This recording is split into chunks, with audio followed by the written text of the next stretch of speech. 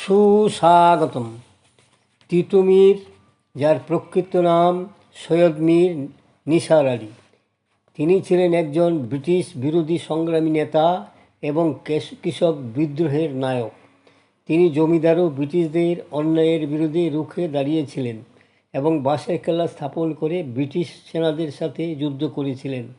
এই সংগ্রামী কৃষক নেতাকে নিয়ে ইউটিউবের সাহিত্যের নবদিগন্ত চ্যানেলে আজকের ভিডিওটি হলো বাংলার সংগ্রামী কৃষক নেতা তিতুমীর। তিতুমীর 1782 খ্রিস্টাব্দের 27শে জানুয়ারি 24 পরগনা জেলার বসিরহাট মহকুমার বাদুড়িয়া থানার বাগজোলা গ্রাম পঞ্চায়েতের হায়দারপুর বা চাঁদপুর গ্রামে একটি সুন্নি মুসলিম পরিবারে জন্মগ্রহণ করেন। তার পিতার নাম সৈয়দ মীর হাসান ও মাতার নাম আবিদা রুকাইয়া বিবি। তিতুমীরের পরিবারের লোকেরা নিজেদের হজরত আলীর বংশধর বলে দাবি করেন। তার পূর্বপুরুষ শাহাদাত আলী ইসলাম প্রচারের উদ্দেশ্যে আরব থেকে বাংলায় আসেন। তিতুমীরের প্রাথমিক শিক্ষা হয় তার গ্রামের বিদ্যালয়ে। পরবর্তীকালে তিনি স্থানীয় একটি মাদ্রাসায় লেখাপড়া করেন। মাত্র 18 বছর বয়সে তিতুমীর কোরআনের হাফেজ হন এবং হাদিস বিষয়ে পাণ্ডিত্য লাভ করেন। একই সাথে তিনি বাংলা, আরবি ও ফার্সি ভাষায় ব্যুৎপত্তি লাভ করেন। কথিত আছে যে তিতুমীরের ছোট বয়সে একবার অসুখ হয়েছিল। সেই সময় ডাক্তার তাকে তেতো ওষুধ খেতে দিয়েছিল।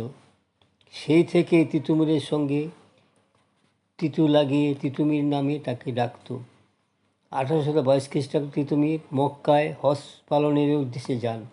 তিনি সেখানে আরবের স্বাধীনতার অন্যতম পথপ্রদর্শক সৈয়দ আহমেদ সৈয়দের শিষ্যত্ব গ্রহণ করেন ও ওয়াহাবি মতবাদী অনুপ্রতি হন।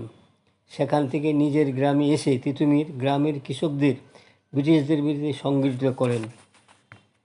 24 পরগনা জেলার নারকেল বেরিয়াতে তিতুমীর তার সদর কার্যালয় স্থাপন করেন।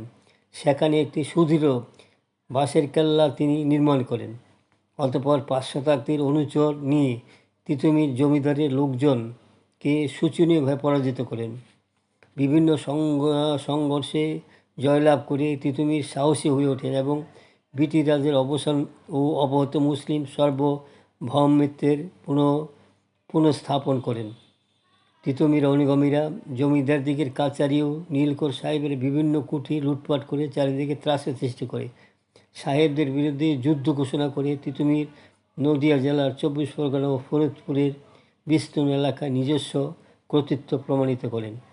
তিতুমীরের কার্যকলাপের সংবাদ কলকাতায় পৌঁছলে আলেকজান্ডার নামে লবণ কুটির এবং সাহেবদের একদল সৈন্য তার বিরুদ্ধে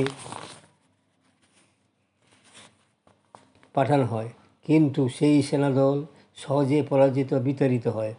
কলকাতা থেকে আগত বাহিনীর জমাদার, বেশ কিছু সিপাহী ও বরকঞ্জাত এই যুদ্ধে নিহত হয়। বসিরহাটের দারোগা ও কলিঙ্গ থানার জমাদার আহত বন্দী হন। আলেকজান্ডার কোনো পালিয়ে গিয়ে রক্ষা পান। একাধিক নীলকুঠির ইউরোপীয় ম্যানেজার তিতুমীরের অনুগামীদের হাতে বন্দী হন। আলেকজান্ডারের নিকট বিদ্রোহের বিবরণ শুনে কলকাতায় ব্রিটিশ কর্তৃপক্ষ তিতুমীরের বিরুদ্ধে 10 রেজিমেন্ট দেশীয় পদাতিক সৈন্য এবং কিছু অশ্বারোহী গোলন্দাজ সৈন্য প্রেরণ করেন। ওয়াহাবিগণ যুদ্ধবেশে সজ্জিত হয়ে দুর্গের সম্মুখে প্রচণ্ডভাবে বাধা দেন, কিন্তু সুশিক্ষিত ব্রিটিশ সেনার সম্মুখে তারা বেশিক্ষণ দাঁড়াতে পারলেন না। যুদ্ধে তিতুমীর নিহত হলেন। তার অনুগামী গোলাম রসুল 350 জন অনুগামী সহ বন্দী হলেন। পরে তার মৃত্যুদণ্ড হয়। তার 140 জন অনুসারী বিভিন্ন মেয়াদের কারাদণ্ডে দণ্ডিত করা হয়। এইভাবেই বাঙালি বীর তিতুমীরের স্বল্পস্থায়ী ব্রিটিশ বিরোধিতার অবসান হয়। কোনো ঐতিহাসিক ব্রিটিশের বিরুদ্ধে তিতুমীরের সংঘর্ষকে বাংলাদেশে ইংরেজদের বিরুদ্ধে স্বাধীনতার জন্য প্রথম সংগ্রাম বলে বর্ণনা করেছেন। জৈনিক লেখকের মতে তিতুমিরের নেতৃত্বে জমিদার নীলকরদের ও সাহেবদিগের বিরুদ্ধে বাংলার কৃষকদিগের এই বিরোধিতা গুরুত্ব একবারে উপক্ষীণ নয়। তিতুমিরের ব্রিটিশ বিরোধিতা দুইটি বৈশিষ্ট্য এখানে উল্লেখযোগ্য। ইংরেজদের অধীনে চাকরি করতে জনসাধারণের অসম্মতি এবং ব্রিটিশ আদালতে যেতে তাদের অস্বীকার পরবর্তীকালে গান্ধীর নেতৃত্বে অসহযোগ আন্দোলনের পূর্বাভাসে রূপে গণ্য হতে পারে। তিতুমির ছিলেন স্বাধীনতা সংগ্রামের প্রথম সৈনিক এবং প্রথম শহীদ। তাকে অসংখ্য ধন্যবাদ।